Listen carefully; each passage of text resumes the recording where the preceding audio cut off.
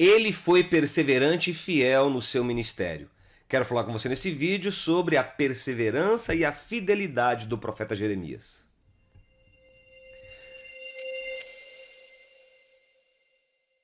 Que bom que você chegou aqui ao canal Estudo Bíblico, um canal de conteúdos bíblicos e teológicos que tem como objetivo ajudar você a compreender melhor as Sagradas Escrituras e entender com mais clareza a fé cristã. No vídeo de hoje nós vamos dar continuidade àquilo que falamos no vídeo anterior sobre o profeta Jeremias.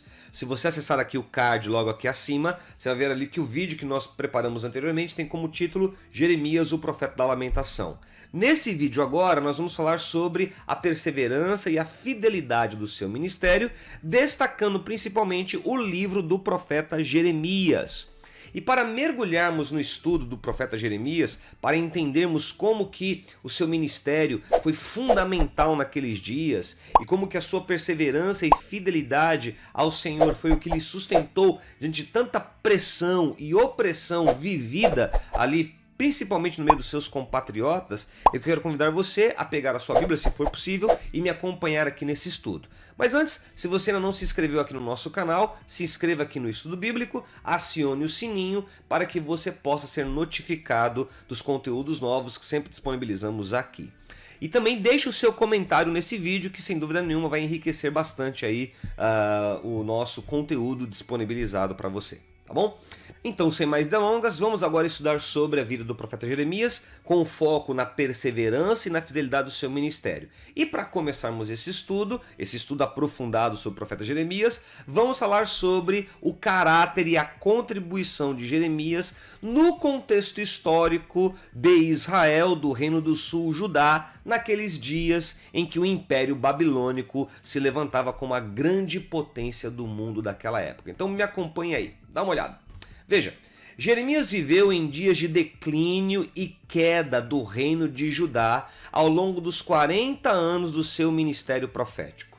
Vamos lembrar de algo aqui, conforme eu disse no vídeo anterior.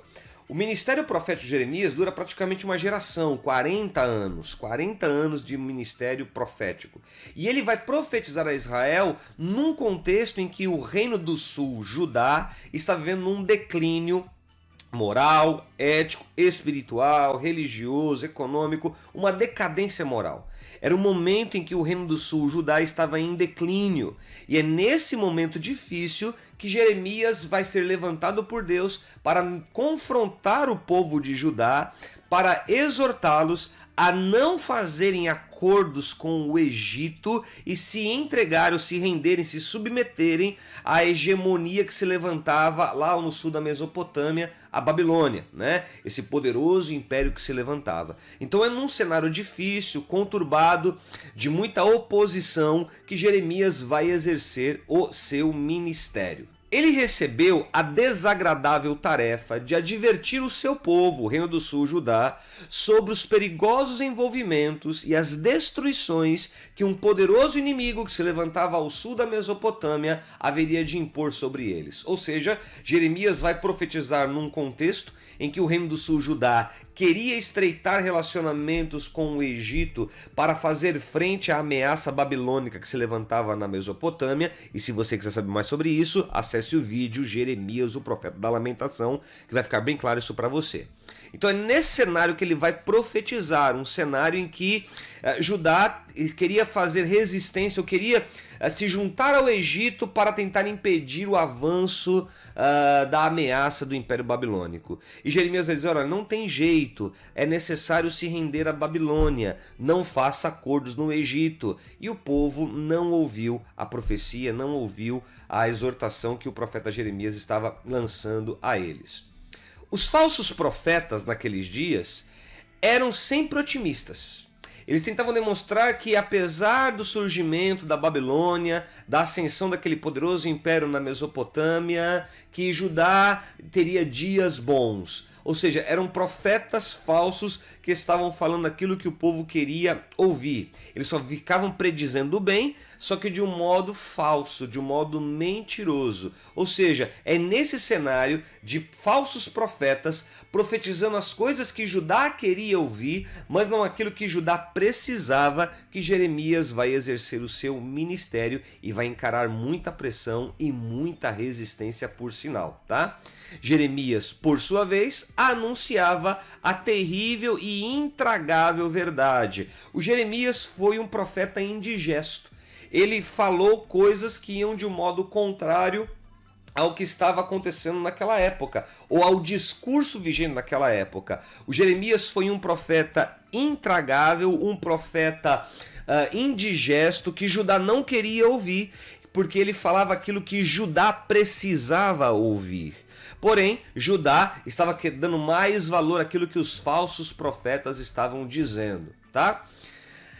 A exatidão das predições de Jeremias era tão grande que os seus compatriotas sentiam que, de algum modo, ele era responsável pelos acontecimentos diversos, perseguindo como se fosse um traidor. Em outras palavras, aquilo que Jeremias trazia como verdade do que haveria de acontecer, que Judá seria subjugada pelo Império Babilônico, que ela iria sucumbir em qualquer tentativa de lutar contra os babilônios, junto com o Egito e com os remanescentes da Assíria, aquilo que Jeremias declarava que ia contrário às expectativas do próprio povo se cumpriu.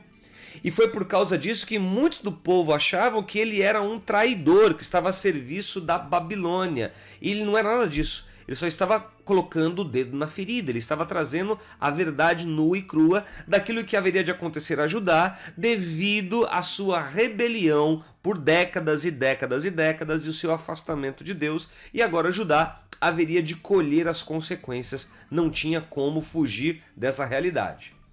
Porém, Jeremias nunca se esquivou da tarefa de trazer a verdade nua e crua, de trazer a verdade confrontadora de Deus ao povo, tá?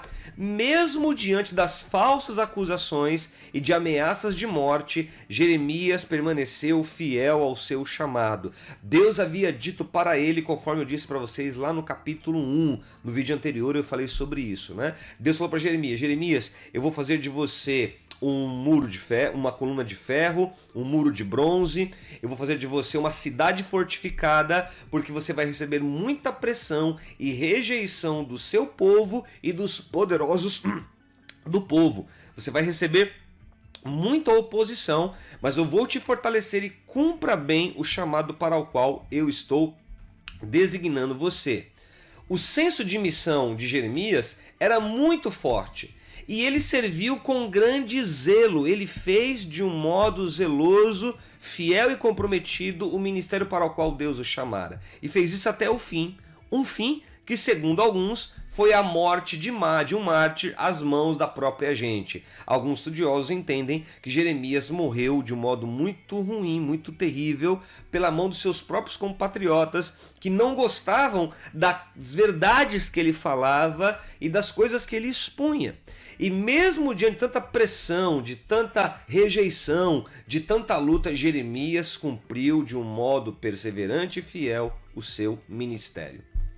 As lamentações de Jeremias demonstram a profundeza do seu amor pelo seu próprio povo.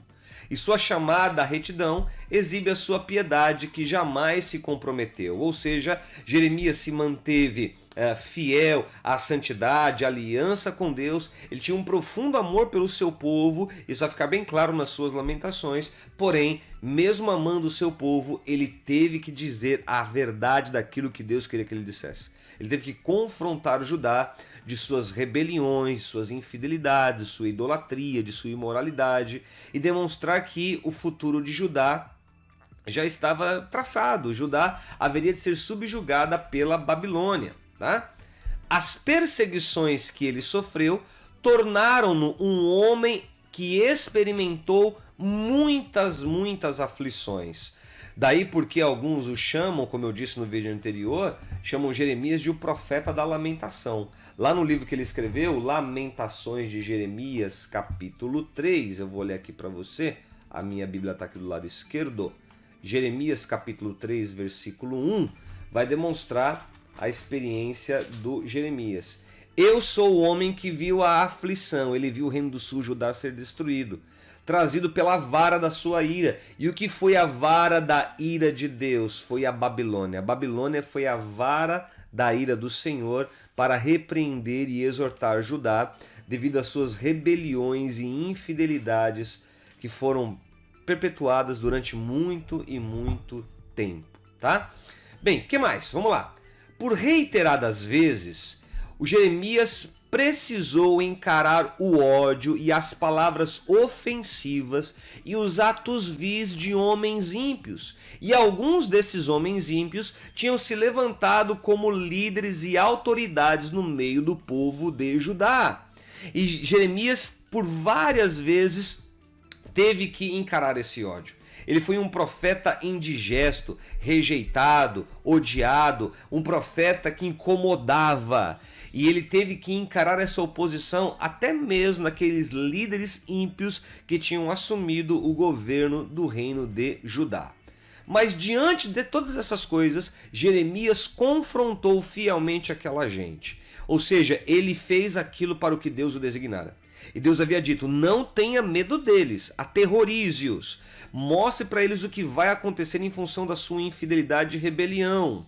Agora, se você não fizer isso, Jeremias, eu vou fazer isso com você. Então cumpra o seu chamado. E Jeremias foi e cumpriu o seu chamado, confrontou os líderes, confrontou o povo, denunciou o pecado, denunciou a rebelião, chamou Israel ao arrependimento, mas mesmo assim o povo não ouviu e ele teve que encarar muita rejeição, muito ódio contra ele. Ele foi um profeta de fato que teve um ministério muito difícil, tá? Ele confrontou aquela gente com a mensagem que Deus lhe dera, sem nunca se comprometer, enquanto os falsos profetas só falavam as coisas boas, falavam aquilo que as pessoas queriam ouvir. Os falsos profetas vendem a verdade de Deus, os falsos profetas negociam a verdade de Deus, os falsos profetas falam aquilo que o povo quer ouvir. Jeremias falou aquilo que o povo precisava ouvir. Você que tem um chamado para pregar e ensinar a palavra de Deus, o seu papel é falar aquilo que o povo de Deus precisa ouvir, não aquilo que o povo quer. É verdade, quando aquilo que o povo precisa casa com aquilo que ele quer, é o melhor dos mundos para o pregador. Mas nós temos que anunciar ao povo a verdade de Deus, confrontando-a no amor, no espírito da graça, mas tentar demonstrar a realidade de um mundo caído e corrompido. E foi o que aconteceu com Jeremias, só que ele foi rejeitado pelo seu próprio povo. Jeremias ele chegou a quebrar um vaso diante dos anciãos do povo ao sul de Jerusalém e assim proclamou a inevitável derrocada do reino de Judá. Ou seja, mesmo diante da dureza do coração dos líderes do povo, dos anciãos do povo, Jeremias quebra um vaso num ato ali, né? Um ato para demonstrar, olha, é isso que vai acontecer com Judá, devido à sua rebelião. Eu vou ler esse texto para você, está em Jeremias 19, verso de 1 a 5.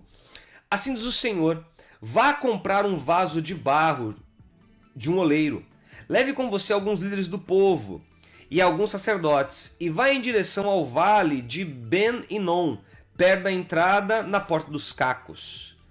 Proclame ali as palavras que eu lhe disser.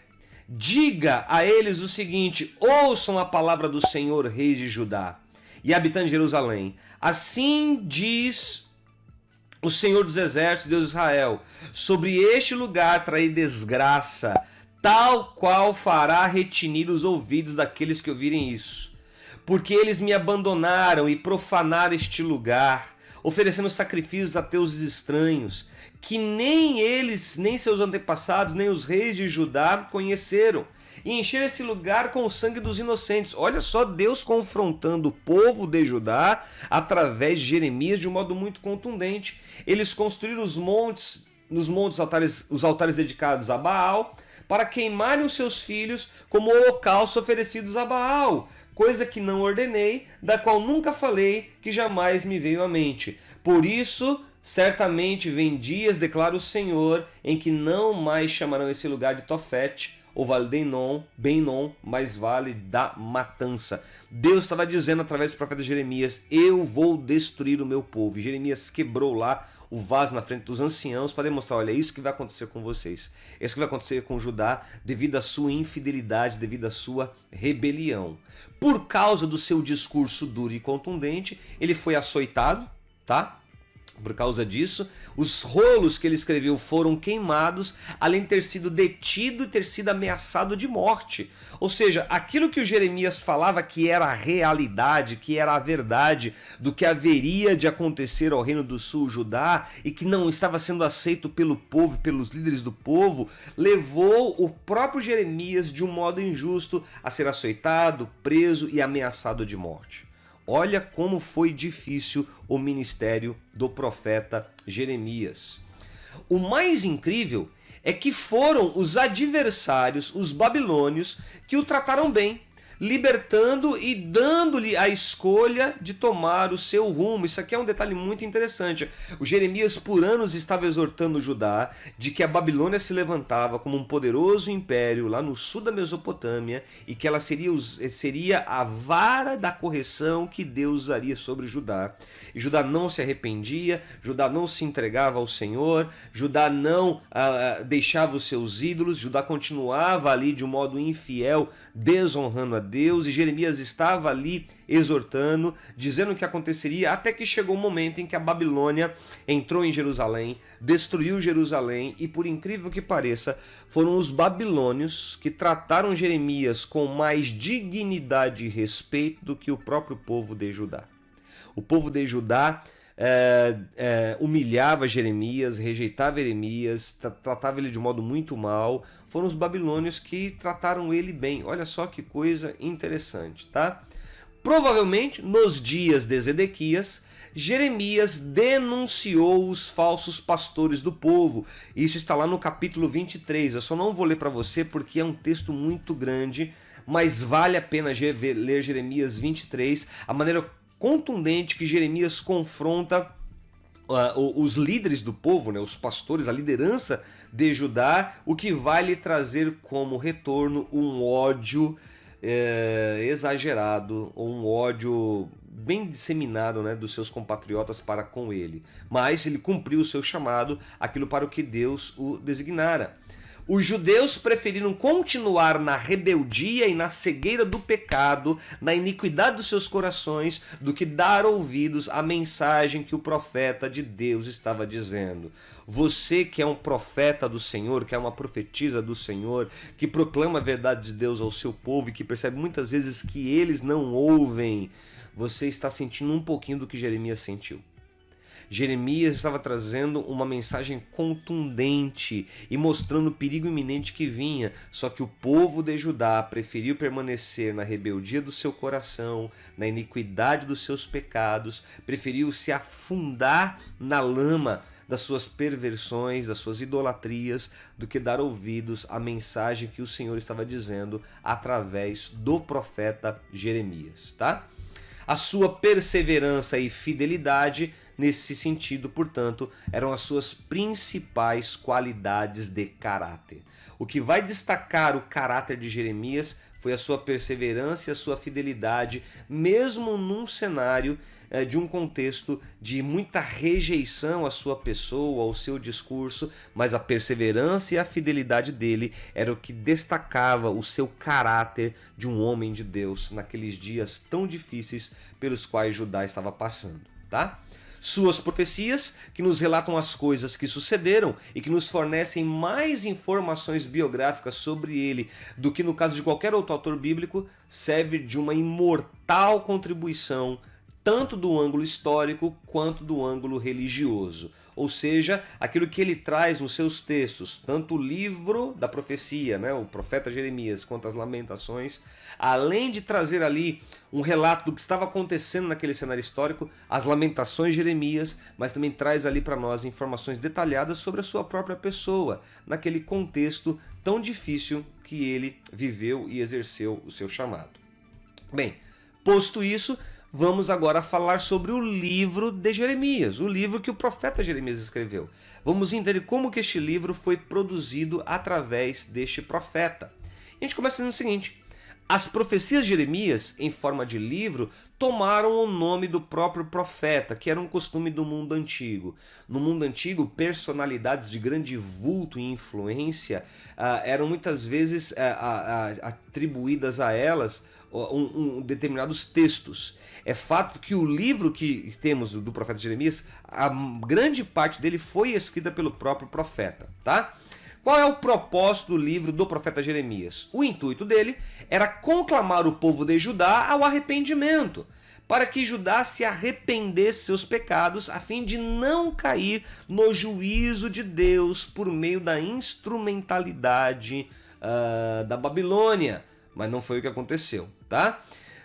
O Jeremias via que a Babilônia se levantava como uma grande potência vindo lá da região norte. A Babilônia começa no sul da Mesopotâmia, conquista a Síria, que é o norte da Mesopotâmia, e entra no reino de Judá pelo norte, tá? E aí nós vamos ver o seguinte, que Deus vai levantar de fato a Babilônia a partir do seu ato soberano, para que a Babilônia fosse de fato um instrumento de Deus para disciplinar Judá devido às suas rebeliões, infidelidades, idolatrias e pecados. Então o livro que Jeremias escreveu tinha esse objetivo, chamar o povo ao arrependimento. Ele exortou os habitantes de Jerusalém a abandonarem a apostasia e a idolatria. Além disso, ele via um cativeiro de 70 anos se delineando no horizonte. Então o que fica claro para nós é que Jeremias, ele vai de fato não só expor o pecado de seu povo, sua rebelião, sua infidelidade, mas vai chamar Judá para se arrepender, para deixar de lado a apostasia, para deixar de lado a idolatria. Só que no transcorrer dos anos, ao perceber que o seu povo não estava fazendo isso, Deus fez Jeremias ver algo, que haveria de chegar o cativeiro babilônico. E Jeremias já começa a declarar isso, que Judá se tornaria cativo numa terra estrangeira. Jeremias via que o conflito entre as três potências mundiais, a Assíria, o Egito e a Babilônia, terminaria com o triunfo dela, e foi assim que de fato aconteceu. Quem triunfou durante os anos do ministério do profeta Jeremias foi a Babilônia. É verdade que ele viu a força do Egito, é verdade que ele também percebeu a força da Assíria, só que agora a Babilônia se levantava como poderoso império que traria uma enorme ameaça a Judá. E Jeremias vai dizer: olha, vamos nos submeter à Babilônia, não adianta querer se juntar ao Egito para fazer frente a ela. O povo não quis ouvir Jeremias e deu no que deu, tá? Jeremias advertiu os judeus acerca dos pactos firmados com o Egito, que redundariam em desastre ao longo prazo, como redundou, e conforme eu expliquei no vídeo anterior, Jeremias, o profeta da lamentação, tá? Visto que previu um resultado desfavorável para Judá, que era um pequeno reino entalado no meio de lutas entre esses poderes gigantescos, esse profeta Jeremias acabou merecendo a desconfiança de seu próprio povo e foi desprezado pelos seus. Tá?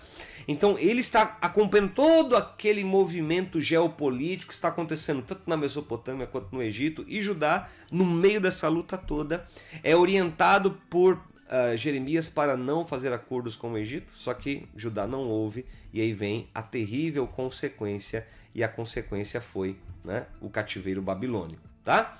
Suas profecias de condenação soavam estranhas quando comparadas com as palavras consoladoras dos falsos profetas. O discurso de Jeremias andava na contramão do discurso religioso e profético daquele tempo, porque era um discurso religioso e profético falso e mentiroso. O discurso de Jeremias, ele era real, verdadeiro, contundente e não floreava nada. E demonstrava Israel, ou o Reino do Sul, Judá, por causa de sua rebelião e desobediência, o Eterno, que é o seu Pai, terá que lhe tratar, terá que lhe disciplinar, e foi o que de fato aconteceu. Tá? No seu texto, Jeremias tenta demonstrar, inspirado pelo Espírito Santo, a perspectiva da esperança.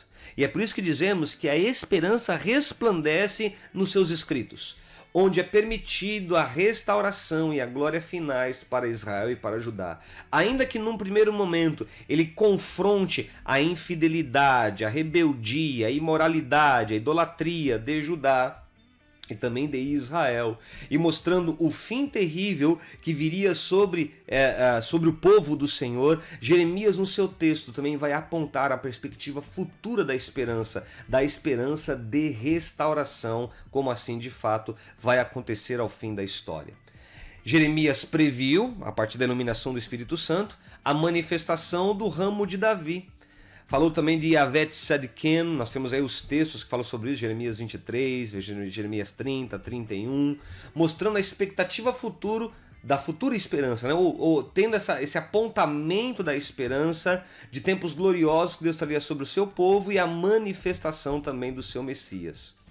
Suas predições, aquilo que Jeremias previu, incluíam os grandes eventos do cativeiro babilônico, a restauração após os 70 anos, a dispersão universal dos judeus sobre o mundo de então, o recolhimento final de Israel, a era do reino, o dia do juízo dos poderes gentílicos. Ou seja, Jeremias será usado pelo Senhor para não só confrontar e exortar o seu povo, mas também apontar a esperança futura de restauração e redenção a partir desses elementos, conforme eu coloquei aqui para você, tá? O livro pode ser dividido em 4 sessões bem gerais. A primeira sessão é o capítulo 1 ao 25, tá? E nesses capítulos, a profecia ali é contra Judá, tá? A segunda sessão é o capítulo 26 a 45, onde ali Jeremias está exortando o povo a respeito dos acontecimentos externos que estão acontecendo na Babilônia, no Egito, principalmente nessas regiões, tá? Capítulo 46 a 41, narrativas acerca de Jeremias e predições contra potências estrangeiras, ou seja, apesar de Deus usar a Babilônia para disciplinar o seu povo, Deus haveria também de disciplinar ou de tratar essas nações gentílicas, essas nações ímpias, tá? E a última sessão, capítulo 52, onde nós temos um apêndice histórico, que nada mais é do que uma extração lá de 2 Reis, capítulo 24, do 18 em diante. Então é assim que está dividido o livro do profeta Jeremias. Não há que duvidar que o livro pertence genuinamente a ele. Foi Jeremias quem de fato escreveu este livro, tá? Embora algumas porções no livro de Jeremias foram adicionadas posteriormente por alguns editores, o que em nada vai comprometer a autoridade do texto escrito pelo profeta Jeremias. Agora, é claro que Jeremias se valeu de uma fonte informativa, tá? Que ele foi incorporando na sua obra. Ou seja, Jeremias vai ser usado por Deus para produzir o seu texto profético, tá? Ele escreve todo esse texto no objetivo de chamar Israel ao arrependimento, tudo isso a partir daquilo que ele estava vivenciando, vendo acontecer em Israel, mas também pegando de uma fonte essas informações para transmitir ao seu povo Judá. Uma boa porção do primeiro bloco, né, da primeira sessão, capítulo 1 a 25, foi ditada a Baruque. Baruque era o amanuense de Jeremias. O que era o amanuense? O amanuense era aquela pessoa que escrevia. Enquanto um ditava, o outro escrevia. O amanuense escrevia. O Baruque escreveu as profecias que Jeremias lançou ou apresentou contra Judá, do capítulo 1 ao 25, tá? Esses capítulos formavam o rolo que foi queimado pelo rei Jeoiaquim. Está lá em Jeremias 36. Vamos abrir lá, Jeremias 36, verso 23, diz assim, ó. Assim que Jeú terminava de ler 3 ou 4 colunas, o rei as cortava com uma faca de escrivão e as atirava no braseiro até que o rolo inteiro foi queimado no braseiro. Ou seja, esse primeiro bloco, né, do capítulo 1 a 25, daquilo que Jeremias tinha escrito através do ditado que ele fez para Baruque escrever, foi queimado pelo rei Jeoaquim. No entanto, foi ditada uma segunda edição que incluía um novo material. Está lá no versículo 32, Jeremias 36, 32, diz assim, ó. Então Jeremias pegou outro rolo e o deu ao escriba Baruque, filho de Nerias, para que escrevesse nele conforme Jeremias ditava todas as palavras do livro que Jeoaquim, rei de Judá, tinha queimado, além de muitas outras palavras semelhantes que foram acrescentadas. Ou seja, o Jeremias torna, né, a falar novamente, a profetizar, e aí o Baruque vai escrever. Agora tem uma dúvida, se de fato esse primeiro rolo que o rei Zedequias escreveu, se foi escrito pelo Baruque através do ditado de Jeremias, ou se Jeremias tinha escrito, aí foi queimado pelo rei Zedequias, e agora Jeremias vai tornar a falar aquelas profecias, mas contando agora com o apoio, a secretaria ali, né, do Baruque que haveria de escrever, tá? Outra coisa, em seguida aparecem seções que foram compostas de um modo posterior, embora ainda de autoria de Jeremias, conforme nos sugerem os textos de Jeremias 21:1 e 24:1. Tudo indica, portanto, que Jeremias acrescentou mais texto ao seu material depois de ter escrito, né, lá o primeiro bloco, a primeira unidade. Então isso é um indicativo também, tá? O capítulo 52 do livro é um óbvio empréstimo de 2 Reis 24, 18, 25 e 30, que foi adicionado por algum editor. Então o capítulo 52 do profeta Jeremias certamente não foi escrito por ele, mas por algum editor que pegou lá a porção de 2 Reis, naquele capítulo que eu mostrei para você, e acrescentou que é uma menção ali à destruição, né, à queda de Jerusalém. Então Jeremias 52 de fato não foi escrito pelo profeta, ou foi um acréscimo ali colocado por algum editor, tá? Além das evidências internas do livro do profeta Jeremias, temos as confirmações dos relatos que demonstram a validade das suas predições, daquilo que ele previu a partir ali da instrumentalidade do Senhor, né? O Senhor usando a vida de Jeremias. Como foi o caso dos 70 anos do cativeiro, que se tornou um fato histórico, né, para o povo de Judá. Aquilo se cumpriu. Jeremias havia profetizado que Judá ficaria 70 anos no cativeiro, e assim o foi, né? Jeremias presenciou esses anos iniciais do cativeiro, mas depois ele morreu lá, estando no Egito, conforme eu falei lá no vídeo anterior, tá? O livro de Jeremias é muitas vezes citado no Novo Testamento como uma profecia autêntica. E o Jeremias era um dos profetas bem citados nos dias de Jesus. Tanto é que, se você se lembrar daquela passagem, quando Jesus pega os seus discípulos e os leva para Cesareia de Filipe, lá no norte da Galileia, ele pergunta assim: quem dizem os homens ser o filho do homem? E aí os discípulos respondem: olha, uns dizem que tu és Elias, ou Jeremias, ou outros dos profetas. Ou seja, o profeta Jeremias tem de fato um impacto muito grande na história do povo de Israel. Marcou profundamente a história do povo, tá? E era muito citado nos dias do Novo Testamento. Uma característica ímpar do livro de Jeremias são as chamadas confissões desse profeta.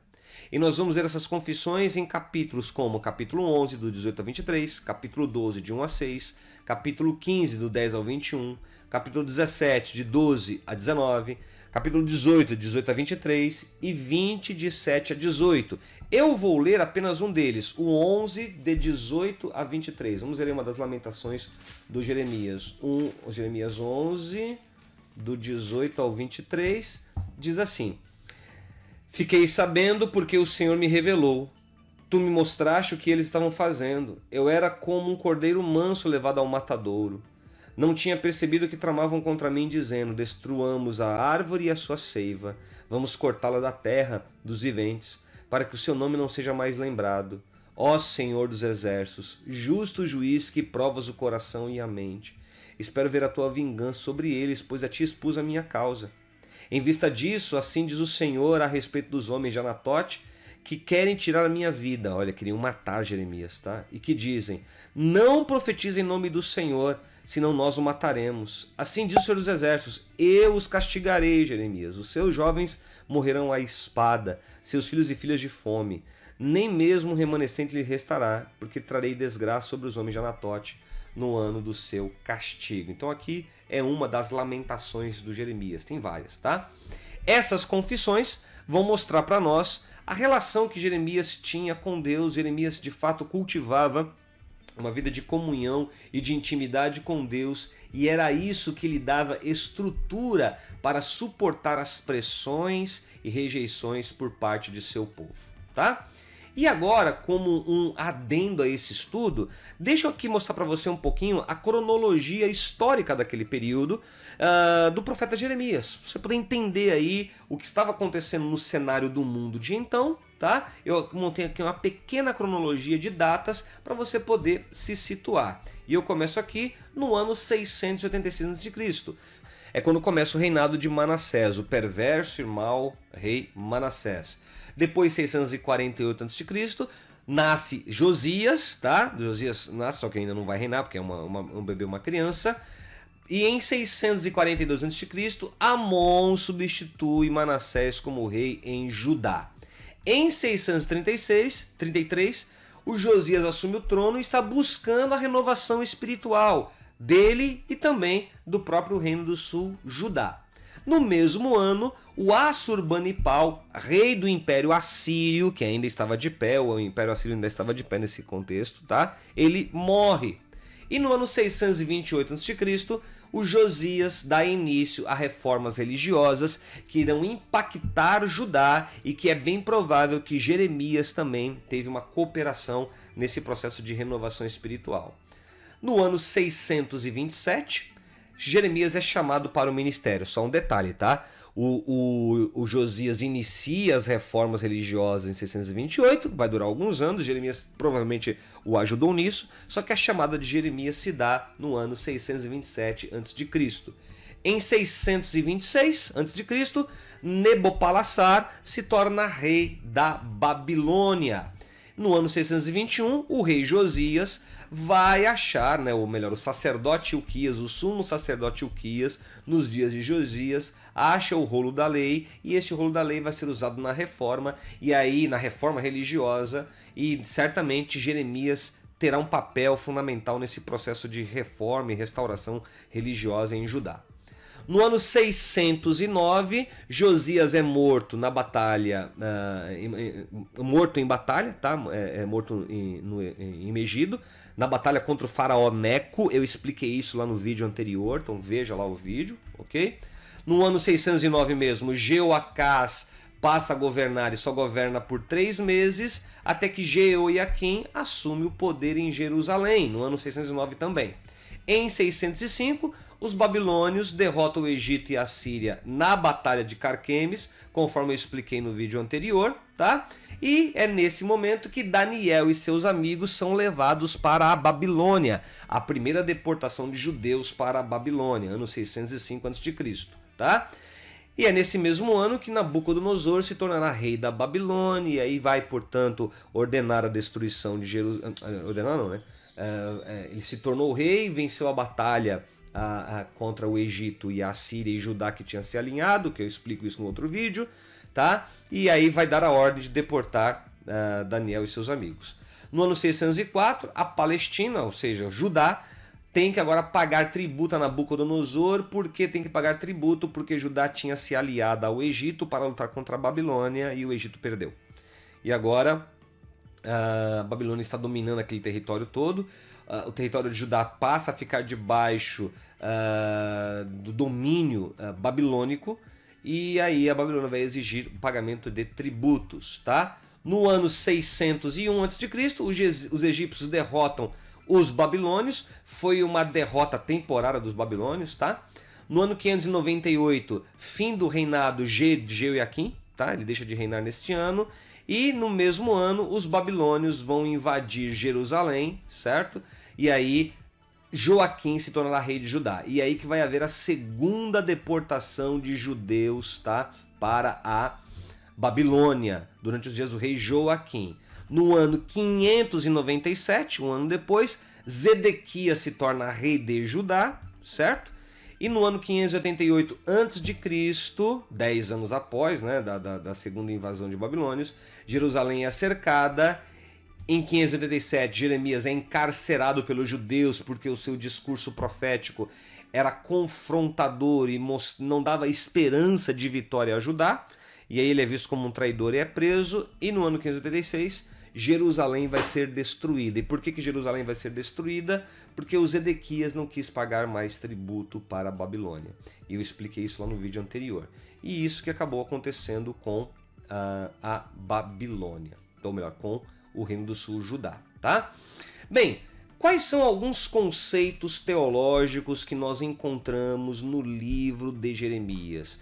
O livro do profeta Jeremias é uma profecia eivada de conceitos teológicos importantes e fundamentais que nos mostram, portanto, os atributos, né, o caráter, a vontade, o propósito do nosso Deus. Vamos ver quais são esses conceitos teológicos que estão presentes no livro do profeta Jeremias.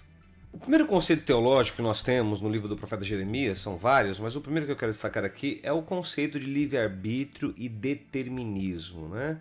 Até que ponto as coisas estão já determinadas, estabelecidas por Deus, e até que ponto está a questão da liberdade humana, o livre-arbítrio humano. Veja lá. Jeremias viu o soerguimento inevitável da Babilônia, e que a Babilônia, por causa disso, subjugaria a Assíria e também o Egito. Nesse jogo pelo poder, a nação de Judá seria reduzida a nada. E apesar de predizer tais eventos que aconteceriam e demonstrá-los como inevitáveis, mesmo assim, o Jeremias acreditava na genuidade da chamada de Judá ao arrependimento. E para Jeremias, se Judá se arrependesse, seria livre da tragédia. Em outras palavras, Judá poderia ter escapado do terror se arrependesse. Se arrependesse, né? Então, se por um lado, Jeremias mostra como inevitável o soerguimento da Babilônia, ele tenta demonstrar também que se Judá tivesse a postura de se arrepender, ela poderia se livrar deste juízo iminente que viria sobre o povo, tá? Essa circunstância levanta a antiga questão da interação entre o livre-arbítrio e o determinismo divino. Em outras palavras, se era inevitável, de fato, o surgimento da Babilônia para subjugar Judá, e se Deus estava levantando a Babilônia como um instrumento para disciplinar o seu povo, será que isso poderia ser mudado se Judá se arrependesse? Bem, em tese, se Judá se arrependesse, Judá de fato não sofreria a consequência dessa disciplina pela qual Deus usaria, fazendo da Babilônia a sua vara de correção. Mas, em sua onisciência, Deus já sabia que o seu povo não faria isso. Então, o juízo divino ele era iminente, ele haveria de acontecer de fato. Então, na teologia existe aí esse debate entre livre-arbítrio e determinismo divino. Tem um vídeo aqui no canal que eu falo sobre isso, tá? Que eu falo sobre a questão de livre-arbítrio e a questão de predestinação, mais voltada para a questão da salvação. Dá uma examinada aí nos cards que você vai ver aí algo sobre o vídeo, tá bom? Um outro conceito que nós temos no livro de Jeremias é o conceito de Deus, tá? Como é que Jeremias nos apresenta a pessoa de Deus? Bem, para Jeremias, Deus é o poder controlador das atividades humanas. Embora não seja contrário às atividades humanas, Deus, como ser supremo, ele faz o que quer. Ele é soberano, ele é poderoso, ele é o Senhor. Então Jeremias apresenta Deus desta forma. Ele é o Criador e o Senhor soberano que governa todas as coisas nos céus e na terra. Não há nenhum outro Deus além dele. A vontade divina, ela é suprema sobre todas as coisas. Portanto, Jeremias ressalta aqui no seu livro, em sua profecia, né, em todos os 52 capítulos, ressalta a soberania de Deus sobre todas as coisas. O que a gente vê no livro de Jeremias é um completo monoteísmo, ou seja, a exaltação da existência de um único Deus. Para Jeremias, os deuses das nações não são deuses, não são divindades, são ídolos falsos. Há um só Senhor digno de louvor, honra e adoração. Veja aqui no canal o vídeo sobre idolatria, onde eu explico isso também com detalhes, tá? Um outro conceito teológico que nós temos no livro do profeta Jeremias são os atributos divinos. Jeremias demonstra a presciência de Deus como algo absoluto, demonstra que o amor de Deus desconhece limites, não há limites para o seu amor. Vai mostrar também que ele é a fonte originária da vida de todos os seres vivos. Tudo que existe, tudo que tem vida provém de Deus. Então Jeremias mostra isso também no seu texto, tá? E este Deus soberano, Senhor sobre todas as coisas, Criador dos céus e da terra e de tudo que neles há, requer justiça e obediência à sua vontade, aos seus propósitos, aos seus planos, certo? Um outro conceito teológico presente no livro do profeta Jeremias é o conceito de idolatria e as abominações a Deus. E a gente sabe que o grave problema do povo de Judá, como também do povo de Israel, Reino do Norte e Reino do Sul, foi a idolatria. E como é que Jeremias demonstra isso? Veja lá. A idolatria é salientada como uma espécie de ofensa capital contra Deus. A grande mensagem do Antigo Testamento é Deus lutando para manter o seu povo em fidelidade a Ele, para que o seu povo não se tornasse infiel, praticando a idolatria, cultuando a deuses falsos, deuses que não existem. No meu vídeo sobre idolatria que você encontra aqui no canal, tem uma explicação detalhada sobre o que é idolatria, vale a pena você ver o vídeo, tá? Jeremias vai demonstrar que Baal, Moloque, a rainha do céu, são deuses falsos e que, portanto, são passíveis de condenação, não são verdadeiros. Israel se rendeu à perversão religiosa do seu coração ao passar a adorar a esses ídolos. E a idolatria em Israel estava tão exagerada que até no templo de Jerusalém haviam ídolos pagãos. Olha lá em Jeremias 32, 34, eu vou ler para você. Ó. Jeremias 32, 34. Profanam o templo que leva o meu nome, colocando nele as imagens de seus ídolos. A idolatria em Judá estava tão exacerbada que ídolos falsos, o ídolo de Baal, Moloque, a rainha do céu, os ídolos dos povos cananeus que contaminavam o povo do Senhor, estavam sendo levados para o templo de Jerusalém. Olha o nível da profanação no qual se encontrava o povo. Crianças estavam sendo oferecidas em holocaustos a Baal e a Moloque. Vale a pena ver o vídeo que tem aqui no canal sobre idolatria. Eu explico a questão desta prática nefasta e terrível do sacrifício de crianças. E Jeremias vai falar contra isso. Jeremias 7,31 diz assim, ó, Jeremias 7, versículo de número 31, diz assim, ó, Jeremias 7,31. Construam o alto de Tofete, no vale do Ben-Hinom, para queimarem em sacrifício os seus filhos e as suas filhas, coisas que nunca ordenei e que jamais veio à minha mente. O sacrifício de crianças acontecia de um modo exacerbado no meio do povo de Judá. Por isso que Deus estava dizendo, eu vou ter que tratar você, meu povo. Seu pecado e rebelião é tão grotesco, tão abominável que eu vou ter que tratar você. Jeremias 19,5 diz assim, Jeremias 19,5 fala assim, construíram nos montes os altares dedicados a Baal para queimarem os seus filhos como holocaustos oferecidos a Baal, coisa que nunca ordenei, da qual nunca jamais falei nem veio à minha mente. Olha onde chegou a decadência espiritual de Israel. Jeremias 32, 35 vai dizer, construíram o alto para Baal no vale de Ben-Hinom para sacrificarem a Moloque, os seus filhos e filhas. Você tem noção do que é isso? De onde chegou a idolatria e a decadência espiritual e moral de Judá, a ponto de sacrificar os seus filhos no culto a Moloque, no culto a Baal, no culto a esses falsos deuses. Algo repugnante, algo abominável. E Deus vai levantar Jeremias para confrontar o povo e dizer, olha Israel, olha, povo de Judá, vocês vão ser julgados pelo Senhor.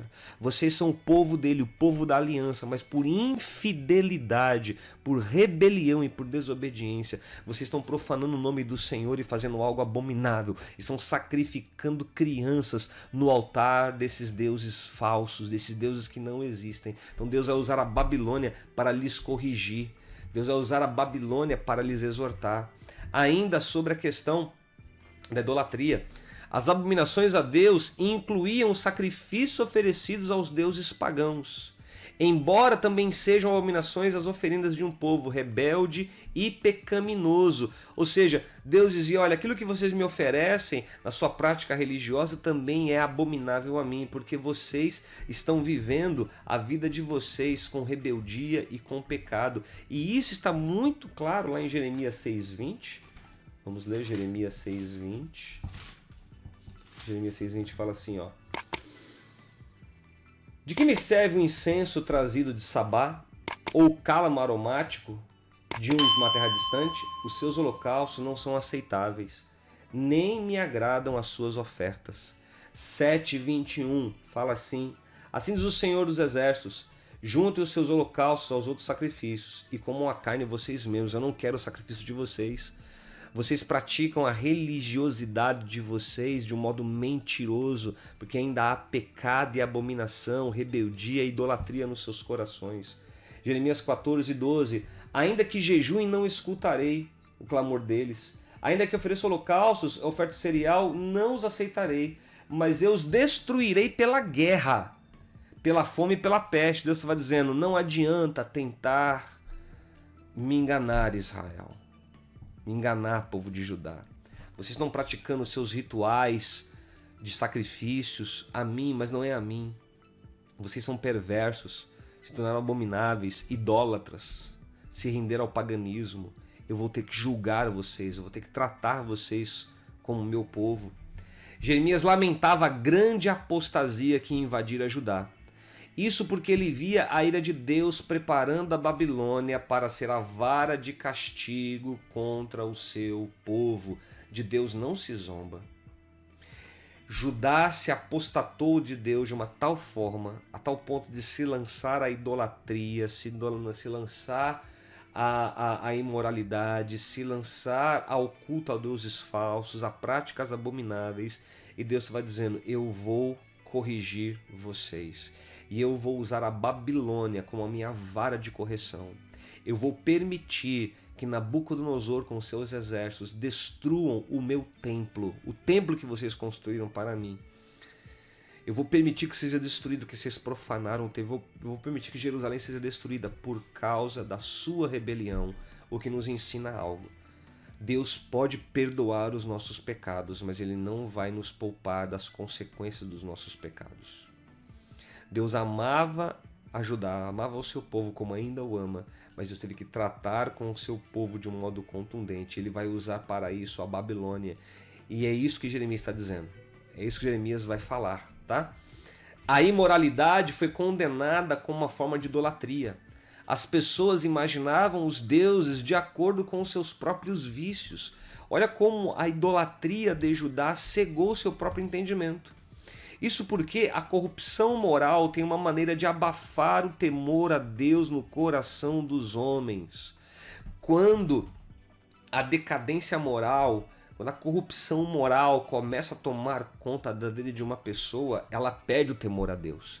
E ela se entrega a práticas repugnantes, deploráveis e abomináveis. E foi o que Judá fez. Porque se afastou do Senhor, se rebelou para com o Senhor, deu lugar à decadência moral, à corrupção espiritual, se entregou aos ídolos e passou a fazer coisas abomináveis e vergonhosas. E o que é pior é que os próprios sacerdotes tinham se deixado envolver nisso.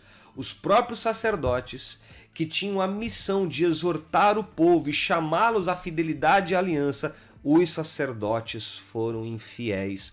Os sacerdotes não cumpriram com o seu chamado, se entregaram à mesma condição perversa e maligna. Lá em Jeremias 5:30 diz assim: uma coisa espantosa e horrível acontece nesta terra. Os profetas profetizam mentiras, os sacerdotes governam por sua própria autoridade, e o meu povo gosta dessas coisas. Mas o que vocês farão quando tudo isso chegar ao fim? Ou seja, os próprios líderes espirituais do povo estavam se entregando àquela condição de decadência moral e espiritual. Tem ainda Jeremias 6, 13 e 14. Desde o maior até o menor, todos são gananciosos, profetas e sacerdotes igualmente. Todos praticam engano. Eles tratam da ferida do meu povo como se não fosse algo grave. Eles dizem paz, paz, quando não há paz alguma. São sacerdotes e profetas mentirosos, que não falam as verdades do meu reino, que não confrontam o pecado do meu povo. Ao contrário, se lançam nas mesmas práticas abomináveis, terríveis e repugnantes. E olha só como é que Jeremias vai de fato sofrer a rejeição daquilo que ele denunciava explicitamente, demonstrando o pecado e a rebelião de seu próprio povo e principalmente dos líderes religiosos. Em meio à sua imoralidade e idolatria, Judá conseguiria se manter religiosa, mas Deus estava dizendo: eu não vou aceitar as suas formalidades religiosas, porque mesmo com essa decadência moral e idolatria, vocês ainda continuam sacrificando no templo para mim, continuam trazendo suas ofertas, eu não vou receber nada disso. Vocês são os hipócritas, mentirosos, que se escondem numa religiosidade de aparência, mas o comportamento ético e moral de vocês é degradante, é vergonhoso, vocês são infiéis, vocês me traíram. É isso que Deus está dizendo através do profeta Jeremias, tá? Jeremias proclamou que a lei moral é mais importante do que as práticas religiosas e cerimoniais. O que a gente aprende aqui? Judá estava conduzindo normalmente a sua liturgia religiosa de sua fé, mas uma liturgia religiosa que vinha eivada com as práticas da imoralidade, do pecado, feito pelo povo e pelos líderes no secreto. Ou seja, eles tinham uma roupagem religiosa, mas o comportamento moral e ético era degradante, era infiel, era pecaminoso.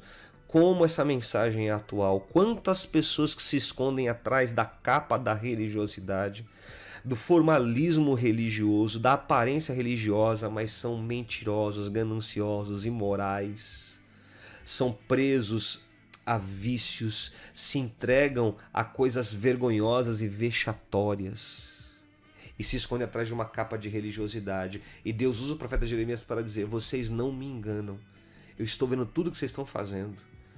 A decadência moral de vocês descredibiliza qualquer rito religioso que vocês fazem. Vocês estão proclamando mentiras, demonstrando mentiras. A vida de vocês não é coerente com aquilo que vocês fazem nos seus ritos.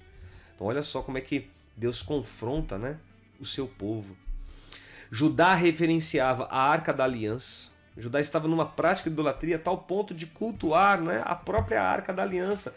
Jeremias 3,16 diz lá, ó: quando vocês aumentarem e se multiplicarem na sua terra naqueles dias, declara o Senhor, não dirá mais a Arca da Aliança do Senhor. Não pensarão mais nisso, nem se lembrarão dela, não sentirão sua falta, nem se fará outra arca. Ou seja, a mente idolátrica de Israel estava tão decadente que Israel começou, Judá, né, o reino do sul, Judá, começou a adorar, a reverenciar a arca, as tábuas da lei, o templo de Jerusalém, reverenciar o sinal da circuncisão, o sistema de sacrifícios. Ou seja, ela estava reverenciando todos esses aspectos formais e símbolos da fé monoteísta hebraica, só que diante disso tudo, Judá estava afundando na corrupção moral. O que nos ensina algo aqui, conforme eu coloquei agora há pouco aqui. O que eu coloquei aqui agora há pouco, esse slide aqui, ó. A lei moral é mais importante do que as práticas religiosas e cerimoniais. O que adianta você fazer suas práticas religiosas e cerimoniais, sendo que a sua vida está entregue ao pecado, à rebelião, à idolatria, à perversão, à imoralidade? Isso não agrada a Deus. Isso envergonha o nosso testemunho. O que pesa mais para Deus é um coração quebrantado, genuíno, é a santidade de vida. Tem muita gente que está vivendo uma prática religiosa de aparência sem santidade. Estão vivendo em pecado, afundados na lama da imoralidade, da impureza e da perversão. Isso é abominação ao Senhor. Jeremias pregou o julgamento divino, explicando que o mesmo haverá de se descarregar contra os desobedientes. Ou seja, um outro tema que ele trata no seu livro é o tratamento sobre o julgamento. Deus há de julgar o seu povo, Deus vai tratar o seu povo. Mas também ele ensinou que o arrependimento pode arredar ou arrefecer o castigo.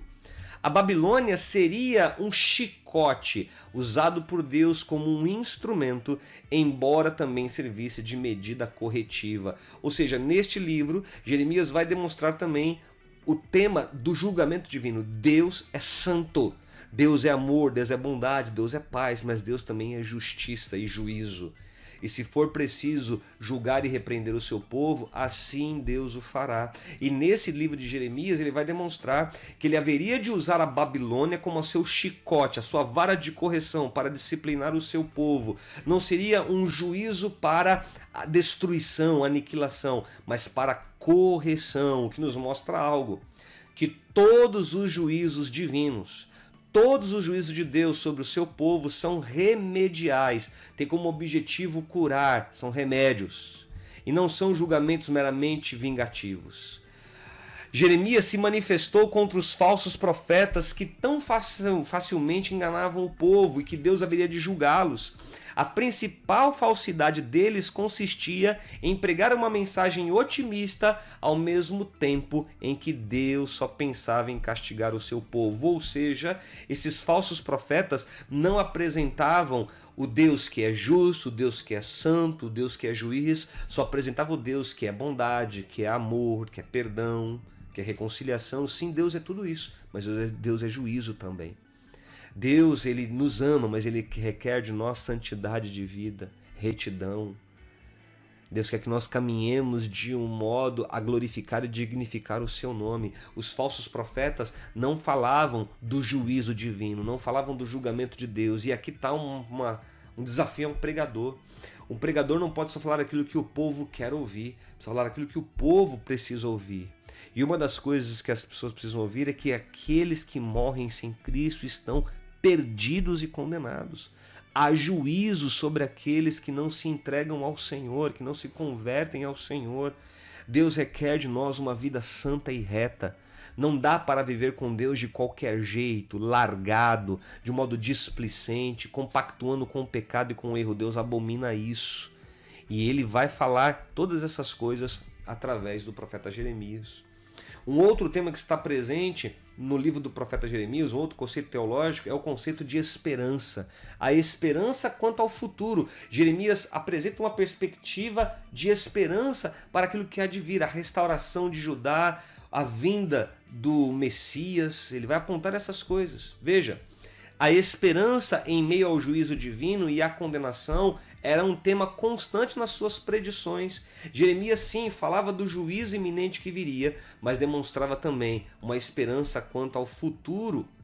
O exílio de Judá era inevitável, embora não houvesse de perdurar para sempre. Deus restauraria o seu povo. Ele haveria de promover o bem ao seu povo. Ele haveria de restaurar o Judá no seu devido tempo. Então, se por um lado Jeremias está falando do juízo de Deus que viria sobre Judá devido às suas infidelidades e rebeliões, Jeremias também aqui, usado pelo Espírito Santo, vai demonstrar que há uma perspectiva de futuro, há uma esperança. Um outro tema presente no livro do profeta Jeremias, a convocação à religião vital, a religião verdadeira, a espiritualidade genuína. Jeremias viu que as formalidades religiosas externas são inúteis. Toda religiosidade exterior é inútil, a menos que haja uma correspondente vitalidade espiritual na alma. É necessário haver vigor, fervor, santidade. Deus não se impressiona com aquilo que é apresentado exteriormente. E esse Jeremias está demonstrando: Judá, você se esconde através de uma externalidade religiosa, mas seu coração é corrupto, sua infidelidade e seus pecados abominam ao nosso Deus. Se arrependa, Judá. É isso que Jeremias tenta demonstrar. A confiança de Judá no templo, nos sacrifícios dos animais, no sacerdócio e no sinal da circuncisão era inteiramente inútil sem a santidade e a dedicação da alma aos princípios espirituais. Do que vale você ter toda formalidade religiosa sendo praticada, sendo exteriorizada através de rituais, se o seu coração está entregue ao pecado, à rebelião e à infidelidade? Para Deus, o que mais vale, o que mais pesa é a santidade de vida e a forma como nós nos dedicamos aos princípios eternos de seu reino. É isso que Jeremias estava tentando comunicar ao povo.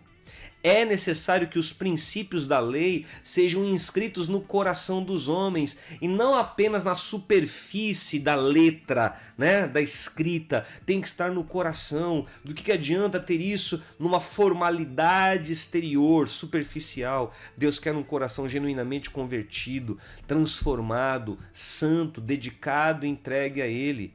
Se os símbolos externos fossem destruídos, isso não seria o fim do relacionamento eficaz de Deus com os homens, porque o relacionamento de Deus com os homens não se sustenta nos símbolos exteriores da religião, mas num coração genuíno e quebrantado. Jeremias tenta demonstrar que as alianças continuariam mesmo sem os símbolos externos. Nós não precisamos de símbolos religiosos externos para manter acesa a nossa fé com Deus, nosso relacionamento com Ele. Judá estava se escondendo atrás de uma religiosidade de performance.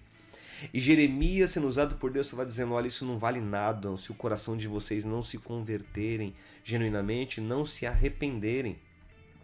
Um outro tema presente é a esperança messiânica, muito presente no livro do profeta Jeremias. Ele viu um brilhante novo dia que haveria de raiar no futuro, apesar daquele momento triste, melancólico e difícil daqueles dias. Em primeiro lugar, haveria uma restauração do povo de Israel à sua terra no tempo certo. Ou se por um lado Deus usa Jeremias para dizer que o povo haveria de ficar cativo numa terra estrangeira, no devido tempo Deus traria o seu povo novamente ao seu território, ao seu lugar, e isso está lá nesses textos, Jeremias 30, 32, Jeremias 33. Em segundo lugar, haveria o estabelecimento do governo do príncipe messiânico sobre Israel e sobre todas as nações da terra. Jeremias vai demonstrar aqui a vinda futura do Messias, o Messias do Senhor. Nós vamos ver isso lá em Jeremias 3,17, né? Ou melhor, Jeremias 16, 19, melhor dizendo. Vamos ler esse texto, Jeremias 16, 19. Jeremias 16, 19. Senhor, minha força e fortaleza, meu abrigo seguro, na hora da adversidade, a ti virão as nações, desde os confins da terra. Nossos antepassados possuíam deuses falsos, inúteis, ídolos, que não lhes faziam bem algum. Ou seja, ele aponta aqui a esperança messiânica, a vinda futura do Messias. Jeremias 23:5. Dias virão, declara o Senhor, em que levantarei para Davi um renovo justo, um rei que reinará com sabedoria e fará o que é justo e certo na terra. A promessa messiânica, tá? Um outro tema, a essência da fé. Qual que é a essência da fé religiosa, da verdadeira fé religiosa? Que conceito teológico é esse que Jeremias coloca no seu livro? Veja lá. Os homens ficam ofuscados e escravizados às formas religiosas externas, cerimoniais e instituições. Porém, a fé religiosa genuína é essencialmente uma condição moral e espiritual, na qual a alma é unida a Deus. A verdadeira espiritualidade, a genuína espiritualidade, não é aquela que se prende às formas religiosas externas, mas é aquela que se demonstra por uma condição moral e espiritual de um coração transformado e regenerado. E é por isso que Jeremias vai dizer que chegaria um tempo que Deus tiraria o coração de carne, o coração de pedra, e colocaria um coração de carne. Jeremias 31, versículo 31 a 34 diz assim: estão chegando os dias, declara o Senhor, quando farei uma nova aliança com a comunidade de Israel, com a comunidade de Judá. Não será como a aliança que fiz com seus antepassados, quando os tomei pela mão para tirá-los do Egito, porque quebraram a minha aliança, apesar de eu ser o Senhor deles, diz o Senhor. Esta é a aliança que farei com a comunidade de Israel depois daqueles dias. Porei a minha lei no íntimo deles e as escreverei nos seus corações. Serei o Deus deles e eles serão o meu povo. Ninguém mais ensinará ao seu próximo, nem ao seu irmão, dizendo: conheça o Senhor, porque todos eles me conhecerão, desde o maior até o menor, diz o Senhor. O que conta para Deus é um coração transformado e regenerado, que se expressa por uma fé genuína e verdadeira, demonstrada por uma condição moral e espiritual adequada. E essas coisas todas não estavam sendo praticadas por Judá. Esse foi um dos temas fundamentais que Jesus pregou. principalmente aquele tema que ele prega lá no Sermão da Montanha, ou aquilo que ele prega no Sermão da Montanha. Ele vai mostrar que o que importa para Deus é a genuína espiritualidade demonstrada por um coração regenerado e transformado. Então, qual é a grande contribuição do profeta Jeremias? De ter chamado o seu povo a um arrependimento e ao mesmo tempo também denunciar os seus pecados e rebeliões. Jeremias se manteve fiel no seu ministério. Jeremias se manteve perseverante no seu ministério, mesmo diante de embates, lutas, resistências, mesmo sendo rejeitado pelo seu povo, ele se manteve fiel. E Deus havia dito para ele quando o chamou: vou fazer de você uma cidade fortificada, uma coluna de ferro, um muro de bronze. Eu vou lhe dar estrutura, Jeremias, para que você confronte o pecado do meu povo, os chame ao arrependimento e demonstre para eles que eu vou discipliná-los de um modo duro, que eu vou usar a Babilônia como uma vara de correção, eu vou usar a Babilônia para açoitar o meu povo, a fim de que eles sejam disciplinados e retorne o coração deles para mim, porque eles se esconderam atrás de uma religiosidade formalista, mentirosa, performática, que não é real. Eu vou tratar o meu povo. Jeremias fala isso ao povo de Judá. Então ele se manteve fiel e perseverante naquilo para o que Deus chamou. Quantas lições nós tiramos da vida do profeta Jeremias? Quantas lições ricas para a nossa vida espiritual.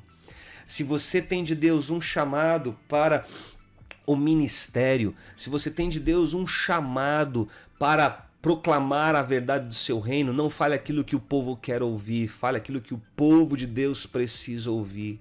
E para saber aquilo que o povo de Deus precisa ouvir, você tem que estar em comunhão com Deus, para entender o coração de Deus e comunicar ao povo dele aquilo que o povo necessita. E assim a gente chega ao término desse estudo sobre o profeta Jeremias. Chegamos aqui ao término desse estudo, desse segundo estudo sobre o profeta Jeremias, falando da sua perseverança e fidelidade.